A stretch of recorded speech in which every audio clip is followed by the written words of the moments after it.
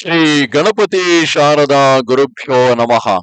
ನಿಗಮ ಕಲ್ಪತರೋರ್ಗಳಿತಂ ಫಲಂ ಋಕಮುಖಾದಮೃತ ದ್ರವ ಸಂಯುತಂ ಪತ ಭಾಗವತಂ ರಸಮಾಲಯಂ ಮುಹುರಹೋ ರಸಿಕ ಭುವಿ ಭಾವುಕಾಹ.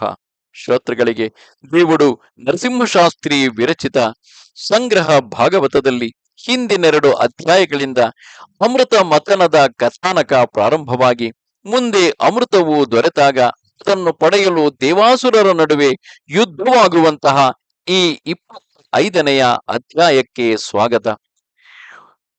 ಭಗವಂತನು ಅಂದರೆ ನಾರಾಯಣನು ಮೋಹಿನಿಯ ರೂಪದಲ್ಲಿ ಬಂದು ತಾನೇ ಅಮೃತವನ್ನು ಹಂಚುವುದಕ್ಕಾಗಿ ದೇವದಾನವರ ನಡುವೆ ನಿಂತಿರುವನು.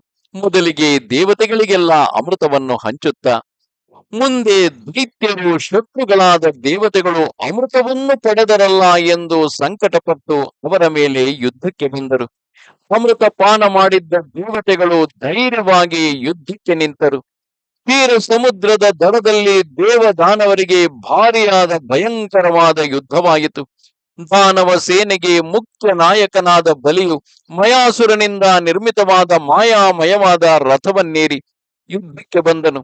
ದೇವನಾಯಕನಾದ ಇಂದ್ರನು ಐರಾವತವನ್ನೇರಿ ಬಂದನು. ಎರಡು ಸೇನೆಗಳು, ಇಬ್ಬರು ನಾಯಕರು ಅಪಾರವಾದ ಪರಾಕ್ರಮದಿಂದ ಹೋರಾಡಿದರು.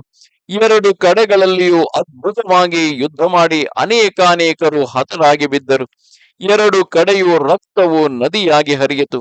ಕೊನೆಗೆ ಬಲಿಯು ಮಾಯಾ ಯುದ್ಧಕ್ಕೆ ಆರಂಭಿಸಿದನು. ಬೆಟ್ಟಗಳು ದೇವಸೇನೆಗಳ ಮೇಲೆ ಬೀಳಲಾರಂಭಿಸಿದವು. ದೊಡ್ಡ ದೊಡ್ಡ ಮೋಡಗಳು ದೇವಸೇನೆಯನ್ನು ಮುಚ್ಚಿ ಸಿಡಿಲುಗಳನ್ನು ಕಾರಿದವು.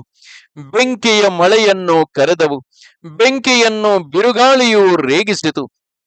ಹೀಗೆ ಬೆಂಕಿಯು ತಾನಾಗಿ ಸುಡುವ ದೇವಸೇನೆಯನ್ನು ಮಹಾ ಸಮುದ್ರಗಳು ಬಂದು ಆವರಿಸಿದವು.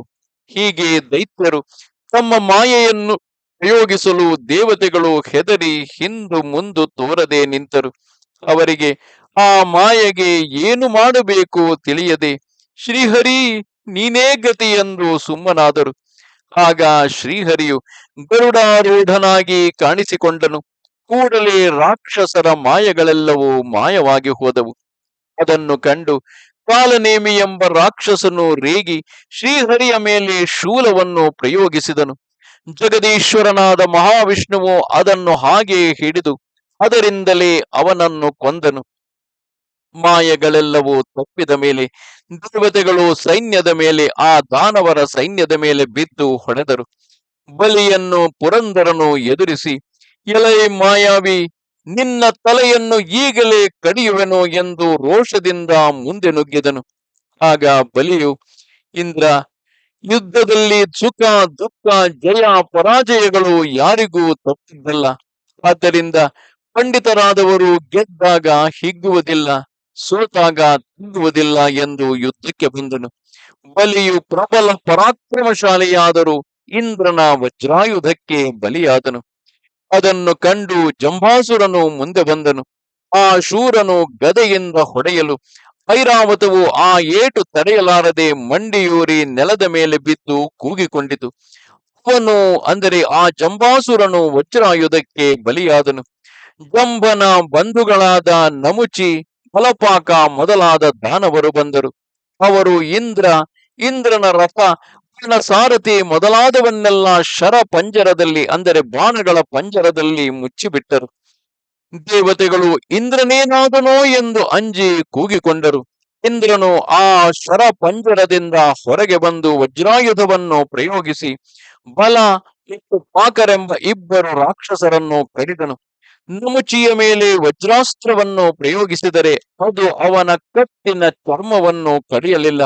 ವಜ್ರಾಯುಧವು ವ್ಯರ್ಥವಾದುದನ್ನು ಕಂಡು ಇಂದ್ರನಿಗೆ ಆಶ್ಚರ್ಯವಾಯಿತು.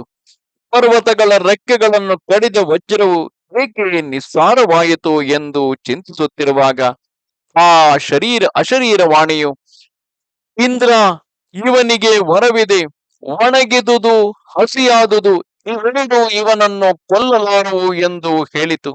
ಆಗ ಮಹೇಂದ್ರನು ಯೋಚಿಸಿ, ಒಣಗಿದ್ದು ಅಲ್ಲದೆ ಹಸಿಯದು ಅಲ್ಲದೆ ಇರುವ ಸಮುದ್ರದ ನೊರೆಯಿಂದ ಹೊಡೆದು ಆ ನಮುಚಿಯ ತಲೆಯನ್ನು ಕತ್ತರಿಸಿದನು.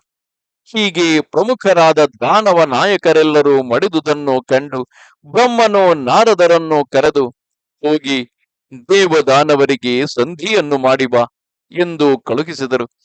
ಅವರು ಬಂದು, ದೇವತೆಗಳಿರ, ನೀವು ಶ್ರೀಮನ್ನಾರಾಯಣನ ಸಹಾಯದಿಂದ ಅಮೃತವನ್ನು ಪಡೆದಿರುವಿರಿ, ಬೇಕಾದ ಐಶ್ವರ್ಯವು ನಿಮ್ಮದಾಯಿತು, ಇನ್ನು ಯುದ್ಧವನ್ನು ನಿಲ್ಲಿಸಿ ಎಂದು ಹೇಳಿದರು. ಅದರಂತೆ ದೇವತೆಗಳು ತಮ್ಮ ಕಡೆಯವರಿಂದ ಹೊಗಳಿಸಿಕೊಳ್ಳುತ್ತಾ ಸ್ವರ್ಗಲೋಕಕ್ಕೆ ಹೋದರು. ನಾರದರು ದೈತ್ಯರಿಗೂ ಬುದ್ಧಿ ಹೇಳಿದರು. ಅದರಂತೆ ಅವರು ಯುದ್ಧದಲ್ಲಿ ಮಡಿದಿದ್ದ ಬಲಿಯನ್ನು ಅಷ್ಟಗಿರಿಗೆ ತೆಗೆದುಕೊಂಡು ಹೋದರು. ಆಗ ಶುಕ್ರಾಚಾರ್ಯನು ಬಲೀಂದ್ರನನ್ನು, ರಣದಲ್ಲಿ ಮೃತರಾಗಿದ್ದ ಇತರರನ್ನು ತನ್ನ ಸಂಜೀವಿನಿ ವಿದ್ಯಾ ಬಲದಿಂದ ಬದುಕಿಸಿದನು. ಶ್ರೀಹರಿಯು ಸ್ತ್ರೀ ರೂಪದಿಂದ ದಾನವರನ್ನು ಮೋಹಗೊಳಿಸಿ ದೇವತೆಗಳಿಗೆ ಅಮೃತವನ್ನು ಹಂಚಿದನು ಎಂದು ಕೇಳಿ ಆ ರೂಪವನ್ನು ತಾನೂ ನೋಡಬೇಕೆಂದು ಮಹಾದೇವನು ಪಾರ್ವತಿಯನ್ನು ಪರಿವಾರವನ್ನು ಕರೆದುಕೊಂಡು ಆತನ ಬಳಿಗೆ ಬಂದನು. ಶ್ರೀಮನ್ನಾರಾಯಣನು ಪಾರ್ವತಿ ಪರಮೇಶ್ವರರನ್ನು ಆದರದಿಂದ ಪೂಜಿಸಿದನು.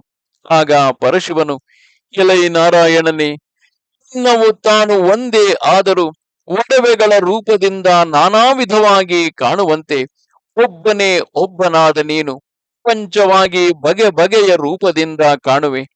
ನೀನು ಹೊಸದಾಗಿ ಸ್ತ್ರೀ ರೂಪವನ್ನು ಧರಿಸಿದೆಯಂತೆ ನಾನು ಅದನ್ನು ನೋಡಬೇಕೆಂದಿರುವೆನು ಎಂದು ಪ್ರಾರ್ಥಿಸಿದನು.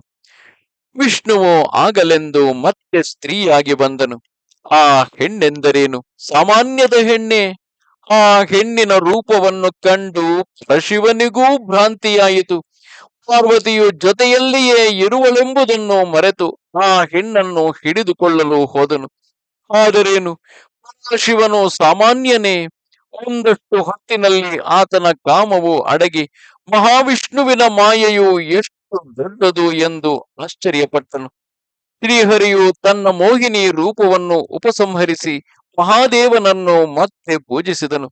ಆತನು ಶ್ರೀಹರಿಗೆ ಪೂಜೆಯನ್ನು ಒಪ್ಪಿಸಿ ಭಕ್ತರನ್ನು ಕೈಬಿಡದೆ ಕಾಪಾಡುವ ಆ ಭಗವಂತನನ್ನು ಹೊಗಳುತ್ತಾ ಕೈಲಾಸಕ್ಕೆ ಹೋದನು. ಇಂತಿರುವುದು ಹರಿಹರರ ಮಹಿಮಾ ವಿಶೇಷವು. ಇದರೊಂದಿಗೆ 25ನೆಯ ಅಧ್ಯಾಯವು ಸಮಾಪ್ತವಾಯಿತು.